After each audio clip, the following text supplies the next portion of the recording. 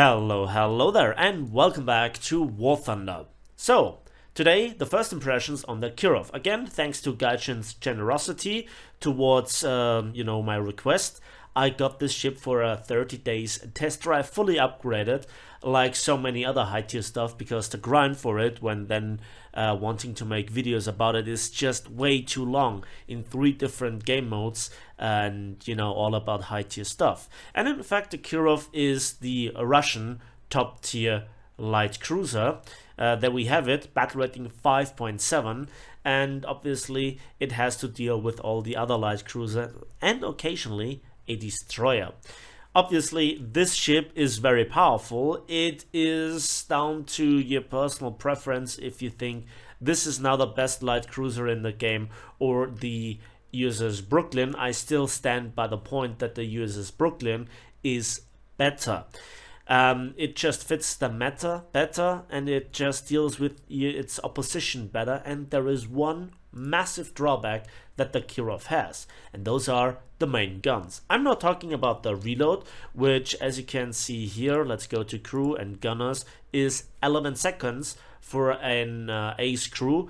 Despite what Gaijin has said in the dev blog, because they said in their dev blog that this ship should have a significantly longer reload than any other light cruiser in the game. Seems like they have forgotten about the Krasny Kavkaz, which has a main caliber reload of 15.2 seconds. Well, yeah, talking about here the Krasny Kavkaz, this was, the last few patches ago, the ship with the biggest guns, and it also had its drawbacks with the main batteries, because the DPM was so low, despite the precision being good, despite being able to strike down the enemy with heavy alpha strikes, or alpha damage strikes. The Kirov has now more guns with a faster reload, and that is really, really great. The guns really feel powerful. They feel really terrifyingly strong versus another ship. There are now a few tests that I did with 3 out of the 4 ammunition tests, ammunition types. Let's go through them quickly before I send you to the gameplay. And the first one is the stock HE round, which is my most fired round because it is so big. It has 13.43 kilograms of TNT filler, and this is now the most damaging shell out of them all, you might think.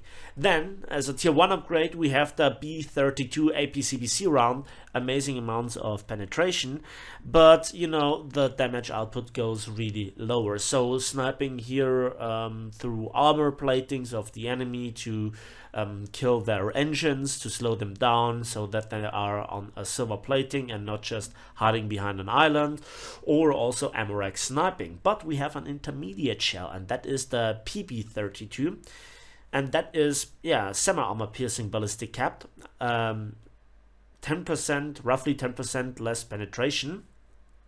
But as you can see, it has nearly 12 kilograms of TNT equivalent, and that is also very desirable.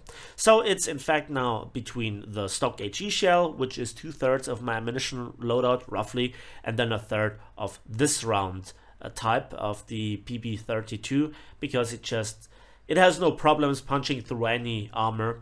The muzzle velocity is very great here with 920 rounds on all 4 ammunition types.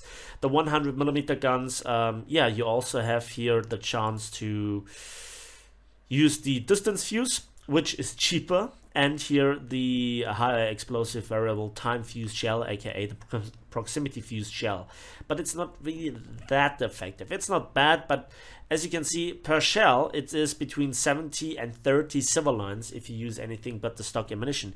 And that adds up, namely also down to the repair cost of 7,300 silver lines if you die, which can happen because, this ship, as I said, has one problem, and those are the main batteries. Because when we look at the armor, the Citadel is protected by only 50mm, so a lot of the cruiser guns have no problem dealing damage to you and taking out your main armaments, your punching through the barbette or the turret face. So this is quite nasty, and the repair takes forever. So that is quite a little bit of a problem. The torpedoes are not really worth talking about. They are there. If you are going into a close quarter engagements, it's your own fault. The ship is fun at long range. It is a very good support vehicle, but it doesn't have German turtleback armor, it doesn't have a strong armor belt, and it just can't take the hits like any other hits. It's a little bit of a glass cannon, I'd say, and again, a long range glass cannon. This is, in my opinion, the tank equivalent when it comes to, let's say, 7.7 tanks to the Object 120. Amazing gun, amazing punching power and damage effects, but not really the greatest armor and not really able to tank the shells. So, having said this, let's have a look at the ship's performance and let's see if it is worth it and how to play it. So let's go through the rest of the stuff. So let's first talk about the situation that should be avoided, where you can see how this works out. Again, look at the ammunition. It seems like also that now with the torpedoes, the torpedo launchers do not explode anymore when getting hit. So I hope that I can keep the torpedoes for when I really need them. But I have to monitor this if this stays the way. We just spawned. Those are the first 10 seconds of the match. Those are the initial scenes. And my plan is to, well, stand behind this island, but I'm too fast, and I think to myself, oh boy, that's not gonna work out. And then there is the USS Brooklyn, and I have to take him down. Here I load then the semi-armor piercing and try my best to focus him down. The first turret is taken out. There you can see the insanely long reload. This is not fun at all. And the ships ram each other, which is great. I still have 2 turrets, which is still 50% more firepower than the Krasny Kafkas. But yeah, let's focus here on the gameplay. I tried to do whatever I can, and for some bizarre reason I destroyed now here the Omaha with some absolutely goddamn weird game mechanics that I have no idea how that happened.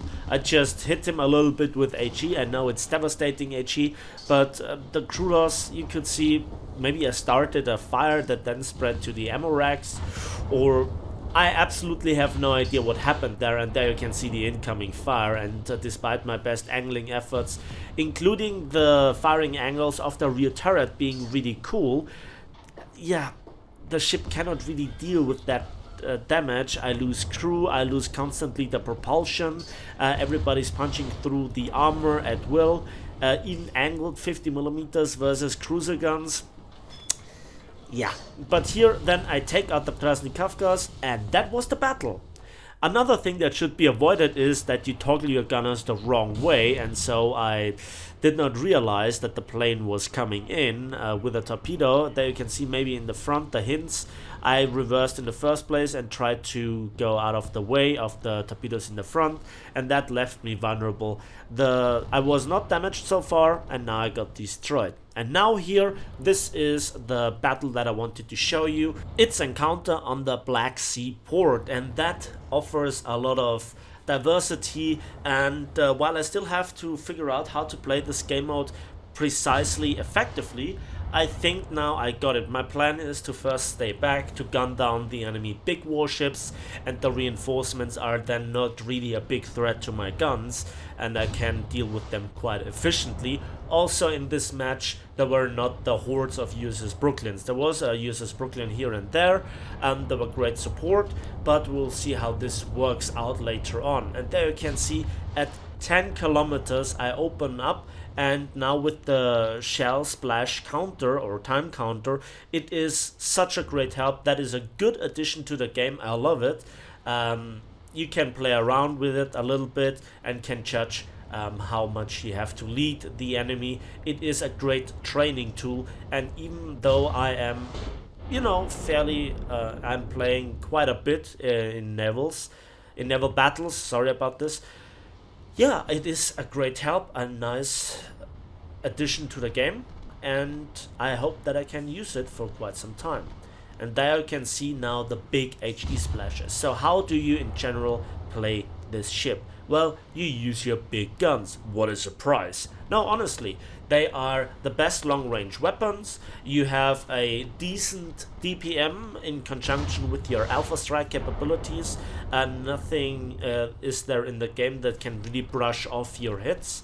You kill crew, you splash weapon emplacements, torpedo tubes, secondaries, anti-aircraft guns, and main caliber guns, and especially, and this must not be underestimated, the pure penetration power from the blast when the HE shell goes off creates 66 millimeters of penetration. That means even a lot of the ships that have belt armor are around the 50 to 60 millimeter mark. You can hit them with HE, rip the armor open, damage the interior, and flood them. So very often initially you see that they have a little bit of flooding, and if you then manage to get a lucky hit on the pumps, well, there is not much they can do. You actually can sink ships. In particular, at close quarters, just single fire on the waterline, on destroyers, on enemy light cruisers. That is such a massive damage. Then switch to the next ammunition type, the semi-armor piercing, and you can punch straight clean through any sort of armor, including turtleback armor, no doubt about this. You deal massive damage, but you cannot really take it. Again, you're a massive glass cannon. So staying back, in theory, supporting your allies, prioritizing the most dangerous ships that there are. Currently, this is an enemy Kirov or a USS Brooklyn. Or in general those pesky German light cruisers, because they're usually relatively difficult to kill. So they can take quite a lot of punishment from ordinary cruisers, but you are a Russian balanced ship, right? So yeah, let's see how the balancing of the enemy ship goes. So staying in the back, killing the enemy ships while the rest of your fleet takes the hits. This is the optimal. This is not the playstyle that I have in a German light cruiser, where you just go balls to the walls in and just gun the enemy down, preferably at close quarters, where you use your DPM and your precision. So this is, there you can see what an enemy Kirov does to your flooding. That was quite a little bit of a dangerous situation if you don't quickly enough realize it. If you don't micromanagement your damage control system, then it takes just too long. If you take those heavy flooding hits, you have to abort the fire extinguishing and also the normal repair just to focus on the flooding, because that is really devastating at times. So, what is there else to mention? Well, the ship is fun and good looking, but aside from this, as we will see in the post-battle results, it is relatively expensive to run, even with a premium account, even with winning the game and killing a lot of enemies and assisting in destroying a lot of enemies, killing some AI units, which is the objective in this encounter game mode, which we'll see at the end how we can deal with enemy ships. Yeah, it is expensive to run through the semi-armor piercing and also give the secondaries immediately the proximity fuse shells. This is such a bad thing to have. That, yeah, you have to play around with the stock ammunition. And again, one turret is knocked out, and again, let's have a look at the repair time. We are not really damaged so much yet, so it is quote-unquote only 35 seconds. But the second you have to deal with flooding or fire, the repair times go up. And if you have to abort here the repair, so here I come down and finally the Köln, focusing now on the other one. Nice rendering, Gaijin, by the way. I love floating turrets. So again, you have to make massive work of your stock ammunition, but it is totally capable of doing so, unlike with some other light cruisers where they require armor piercing shells, where they require a base use HE to deal the damage, and then they have to fiddle around with how many shells they can take into battle. This is none of your concerns. In this respect, the ship is straightforward to run. So the economics are debatable, but overall, the overall running effort of the ship is, as I said, mostly easy to do, straightforward, and use your good common gaming sense. And another turret has been taken out. Especially at close quarters, this is a massive issue. The turret faces only have 50 millimeters of armor, so no destroyer has any sort of problems punching through your armor and disabling your turrets, and you don't have the secondary firepower that I demonstrated on the Krasny Kafkas. So you have to be really careful with what you engage and how to engage it. And you have to be really careful also in the vicinity of patrol boats. You are a proper capital ship in War Thunder terms, and so your overall speed and maneuverability, in particular reacting to threats, especially at low speeds, is not really that amazing. So in close quarters engagements, while you can deal with them, it's not to be preferred. It is not something that I would recommend. Again, your advantages are at long range, and if you close the distance, you're throwing away massive amounts of your advantages. You make it easier for the enemy to deal with you. So yeah, that is now the theory, and again, once you have dealt with the initial push, which takes usually roughly between 5 to 10 minutes from the enemy team, where then the best ships of the enemy's lineups get then killed, you then can dare to go in. It's not 100% brain dead idiot proof, but it is something to consider, and then you can go for the enemy AI ships, then you can go for the remaining enemy destroyers, but always be sure that you have a support cruiser or a few destroyers with you.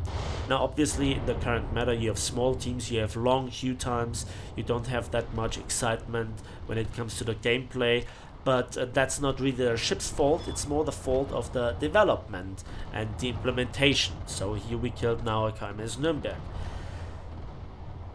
Yeah, I love the ship, and yeah, one thing that I really have to point out again is with the damage. Once you are singled out, once you are damaged, once you are robbed of your main batteries, there is nothing that you really can do and you get shot to pieces. So this is where the German cruisers can stand up for quite longer at the moment and can give a real death fight to the enemy. Whereas then on the German light cruisers, the guns have the DPM and the precision and the post-penetration damage effect, as well as the punching power, and on the KMS you still have the single mountings, and then you still can hope to rotate your ship, and you just don't have those advantages. But this ship just requires more things. We need bigger maps, we need more game modes. I think this encounter on now more maps is a nice idea, but it also gets quite a little bit of tiring quite soon. But it is a step into the right direction from Gaijin, so nothing that I can really rant here about. I don't want to rant, but if something is broken I will rant and I will point it out. I had fun playing the ships, and you have to get used to it, like with so many other ships. It is not a USS Brooklyn, it is not a KMS Köln or a KMS Nürnberg. I still have to check out the Nürnberg though, but it is very similar to the KMS Köln obviously, and that is nice. That it is different, but not completely game breaking. The game breaking part now, ship-wise, goes to the Americans for this patch. Previously it were the Germans that were really the masters of the sea, and I think there is quite a nice rotation, but with the small income, with the long queue times, with the stock grind in particular, the repair part and also the fire prevention equipment being now not stock anymore for cruisers, that's quite nasty, that's really annoying. I hope that Gaijin comes around to fix this, So the toolset and the fire protection system should be for free for a cruiser, especially for those one that are designed to go in and tank damage. Well, when I say tank damage, I don't mean particular from a historical design perspective, but in, you know, being the spearhead for your team, which you are not. This is mostly for the USS Brooklyn and also the German light cruisers as of this moment. Yeah, there you can see now I am pushing towards the enemy spawn point, or the enemy's point of where the AI units are. I want to gun them down, give my team an even greater advantage. It is a game of patience, it is a game of planning, and in this respect, this is a part that I absolutely love about cruisers, that a lot of planning goes into it. Still, the map design is, as I mentioned, not perfect, but now it goes cruiser-wise into a better direction. But on the other hand, now all the people that are really interested in playing ships are obviously racing towards the new ships. But when you think about it, such a light cruiser costs 220,000 RP to research and is not also that cheap to purchase. I mean, it is nothing compared to high tier tanks or jets, but my point still stands.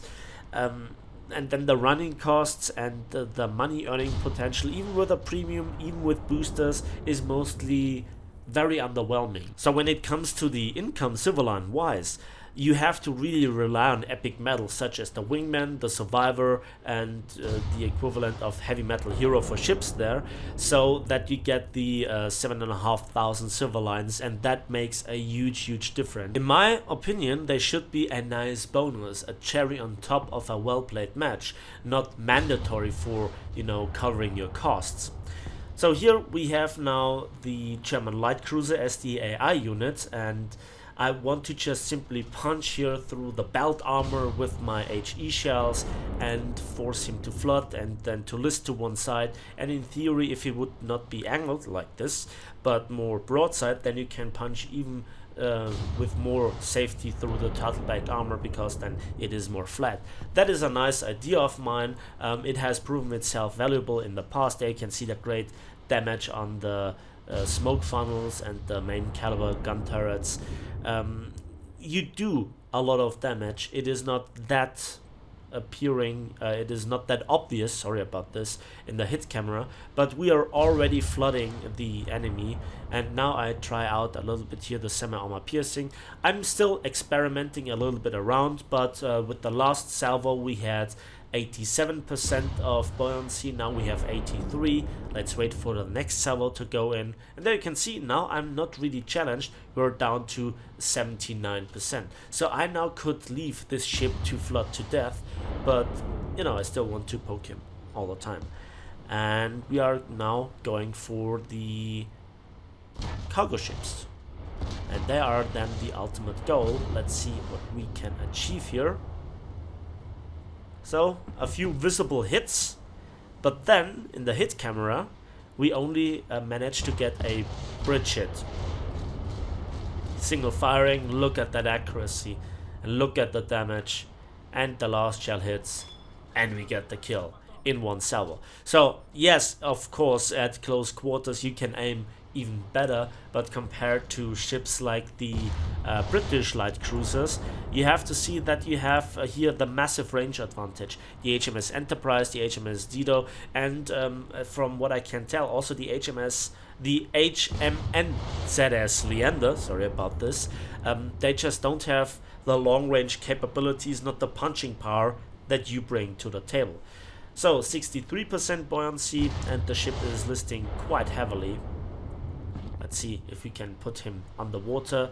34%. The more holes you get into the hull, the better. And again, it is increasing the fire extinguishing time and the repair times of even a normal player. And there we get the kill. So this seems to be now the last target. Let's play a little bit around with him. I'm currently making a turn to also bring the back turret to bear. And we deal with the shells that we hit quite a bit of damage. Obviously then with the armor piercing shells or the base use HE, you don't have this flooding effect as much as with normal HE, which detonates on the outer hull, making the hole, you know, not just caliber size, but much bigger. And then we get the kill assist, and that's the end of the game. GG, well played, 5 kill assists, 4 kills, and quite a few AI ship kills. Yeah, and then we got the Wingman Award. Let's hop into now the hangar and let's see what we get for our efforts. So, premium account, no Silver Line booster, and we won the match. We got overall 7 naval targets destroyed. We fulfilled 2 missions, one for the war bonds and one for the special tasks, and for all that effort we just earned under 27,000 silver lines, and we only got 6,000 vehicle research points. So at that point my computer was a little bit on the slower side. Nevertheless, we got here another 25,000 additional silver lines and also a special task mark. And yeah, I was second in team with 1,315 score points and 9,300 ship damage. That varies depending on how often the enemies are respawning, how many planes are in the air, etc, etc. But you could see I could reliably land heavy hits on enemy targets. A more detailed look into our expenses and nearly 23,000 silver lines ammunition costs. Ouch! So that then reduces the overall income to only 2,300 silver lines. That's it for me today. Thanks for watching. Thanks for listening. I hope you enjoyed the video. Please give it a like, give it a subscribe if you want to see more. And we'll see each other on the battlefields, in the skies, and on the waves of War Thunder.